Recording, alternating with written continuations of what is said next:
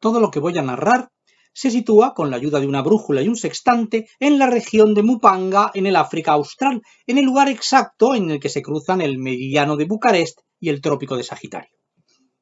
El reino de Mupanga, para no desentonar del resto, era una república constituida, aunque continuaba siendo lo que siempre fue, y el rey Chilumbulula se veía en el imperativo de hacer las veces de presidente y de primer ministro. Como sus súbditos le adoraban, era un imperativo que llevaba consigo la admiración. Esta región, que limitaba con Angola, con Rodesia e, inexplicablemente, con el estrecho de los Dardanelos, era una zona rica en puerros y coles de buchungui, con abundantes minas de hojalata, amén de otros productos que hacían del país un emporio de riqueza. Abundaban también, igualmente, asimismo, en los árboles los loros, en los campos los toros, en los cielos los meteoros, en los bosques los sicomoros, en los palacios los tesoros y en los barcos los comodoros. Y esto de los comodoros es a lo que íbamos, porque como el país no tenía mar, los barcos, con sus comodoros, solo habrían servido en caso de que el país, a falta de mar, tuviera océano, lo que tampoco hubiera sido de despreciar. Pero como el país tampoco tenía océano, pues vamos a tener que explicar un poquito más el asunto. Por otra parte, ¿qué sería del África sin sus misterios, verdad?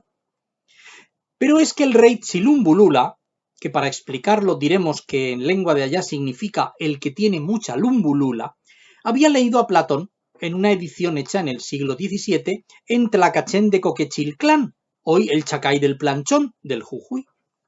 Allí el gran griego hablaba de unos continentes sumergidos dignos de ser notados, la Atlántida, la Pacífica y la Índica.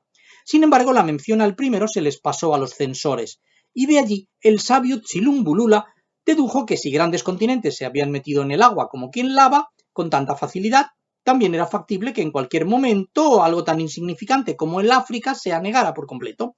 Para entonces, una flota de barcos sería de gran utilidad para salvar a la familia real y para que no se mojaran las acciones de la Tumbuktu Penguin Company Ltd, que dicha familia poseía enterradas debajo de un arbusto de las rosáceas del género Rubus y que no sabemos por qué milagro biológico relacionado con los pingüinos y las altas finanzas se mantenía siempre en alza. Los barcos, propiedad del precavido monarca, se hallaban dispuestos siempre para la navegación y solo esperaban que el agua invadiese el continente al primer cataclismo geológico para navegar rápidamente. Eran unos buques sólidamente construidos, si se tiene en cuenta la técnica de allá, y uniendo el esfuerzo de su velamen al de la tripulación, 10 hombres en cada barco, podían desarrollar una velocidad de 300 nudos por hora, lo que parecería imposible si no se considerara la ya reconocida habilidad de los marineros para hacer nudos.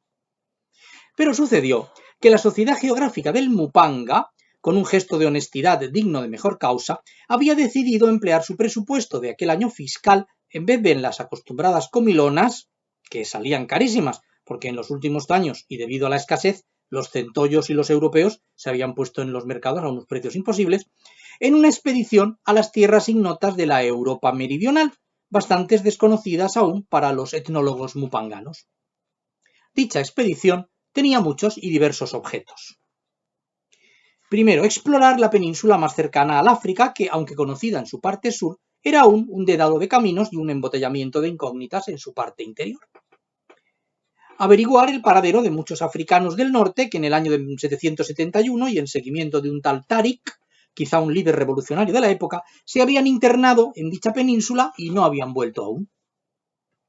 Hallar las fuentes del Guadalquivir, ese río misterioso en cuya orilla se yergue la antigua Hispalis, de exótica memoria, y que es el principal centro de exportación mundial de ese producto ambiguo de la península conocido con el nombre de La Gracia. Y se habían ido para allá. Lo que pasa es que unos señores vestidos de verde y muy brutos pues no les habían dejado pasar. La preparación de la expedición se había iniciado con los objetos que los valientes guerreros pensaban llevarse. Dichos objetos eran arcos y flechas en cantidad abundante, 20 sacos de trocitos de cristal sin valor ninguno que al parecer los indígenas de la península cambiaban por comestibles y otros valores útiles, tras empeñarse en dar los nombres de rubíes y zafiros a aquellas simples agrupaciones de cadenas de carbono cristalizadas y comprimidas en las profundidades de la corteza terrestre. Diversas pieles de elefante blanco para pintar encima los mapas que se hicieran de los lugares explorados, etc. El rey Chilumbulula, que como ya hemos dicho era un salvaje de ideas avanzadas y mente abierta y emprendedora, aprobó y hasta estuvo de a punto de darle notable al proyecto, teniendo la fluorescente idea de que los expedicionarios utilizasen sus barcos para trasladarse, en vez de tener que hacer el penoso esfuerzo de cruzar el África por tierra, gastándose un dineral en cebras y postillones. El comité directivo de la Sociedad Geográfica del Mupanga, tras un banquete al que asistieron sus 15 miembros, su presidente, el doctor Motlocotloco y un misionero finlandés, que asistió en calidad de ingrediente de un guiso, decidieron los nombres de los exploradores, su recorrido, duración del viaje, dietas, regímenes, etc. Los exploradores serían los siguientes. Al-Yid o el Yid. El Yid era un título que se le daba al más valiente de los guerreros de la tribu, denominados Yammad. Para ser digno de esta denominación, había que pasar diversas pruebas y demostrar repetidamente valor, lo que se hacía cazando cocodrilos, sin más ayuda que una docena de plátanos y una pluma de colibrí, o bien atravesando a nado el caudaloso río Zumba, tras haberse comido 2,25 kilos de gambas y haberse atado una piedra pómez a la espalda para flotar bien.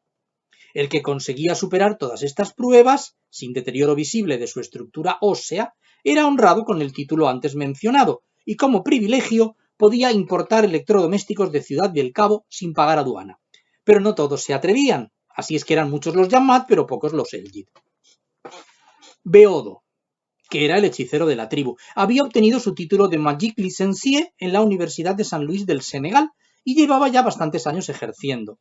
Claro que era solo un mago de magia general, un mago de cabecera, por así decirlo, pero para una expedición siempre sería mejor un mago que entendiera un poco de todo que no un especialista. Orondo, un cocinero de primera clase.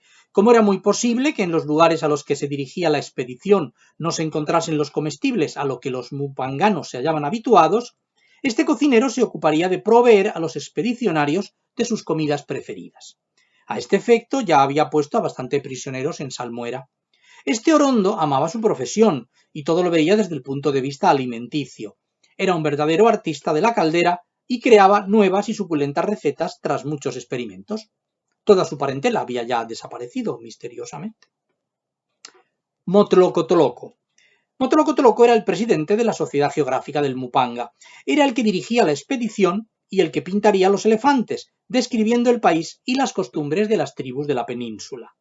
Era uno de los geógrafos y antropólogos más famosos de su tiempo y por medio de la compañía de correos transcontinental de avestruces se mantenía en contacto con los demás sabios de África e intercambiaba con ellos informaciones científicas y cromos repetidos. Bir Jared Hafiz Maten Gezel El Ayeram, el almirante de la flotilla y capitán del navío, un refugiado argelino que había huido de su país por cuestiones políticas, porque la política del Banco de Orán de crédito en donde trabajaba no entraba el permitir desfalcos tan grandes como don EBUYHIMG Layeram llevaba a cabo todos los meses. Ahora este se encontraba en Mupanga de inmigrante y había destacado como navegante por la seguridad de que nunca encallaría. Tal era su forma de rehuir los bancos después de su aventura argelina. Además, tenía, cosa nada despreciable, la habilidad de meter barcos dentro de botellas y, cosa menos despreciable todavía en los tiempos que vivimos, de meter botellas dentro de barcos, porque contrabandeaba que daba gusto. Sin embargo, ahora, como capitán de fragata en Mupanga, estaba en seco, como se sabe. Sinqueré. Sinqueré era un criado para todo que debía cuidar la expedición y hacerle de pinche a Orondo, pinchando a los alimentos que éste le indicara. La marinería. 10 osados marinos cuyos nombres hacemos constar por orden alfabético. Meringa, Micauné, Moaba, Mokuati, Maramba, Maenga, Mabula, Morocuen, Machango y James. Este último convertido a la verdadera fe por un misionero escocés del que al poco de su llegada a Mupanga pues no quedaba ni la gaita. Los alimentos, que se llamaban así por el número, y que eran el 1, 2, 3, 4, 5, 6, 7, 8, 86, 87 también, 88, 89, 90, 91, 92, 93, 94, 95, 96, 97, 98, 99 y 100, numerados según su frescura, para que no se estropeasen por el camino. Estos alimentos tenían una gran ventaja, y era que no había que transportarlos, porque se transportaban solos, pero había en cambio que cuidar de su salud para que no crearan indigestiones. El rey Silumbulula no quería que se repitiera la terrible epidemia de 1943 que diezmó a la población y que fue debida al consumo de unos ingleses adulterados. Desde entonces se llevaba a cabo un estricto control de calidad que el mago Beodo supervisaba en persona. Cada uno de los componentes era un experto en la materia y todo hacía prever el éxito de esta expedición. Lamentablemente la novela llega hasta aquí, no he escrito más y se quedan ustedes sin saber qué es lo que pasa.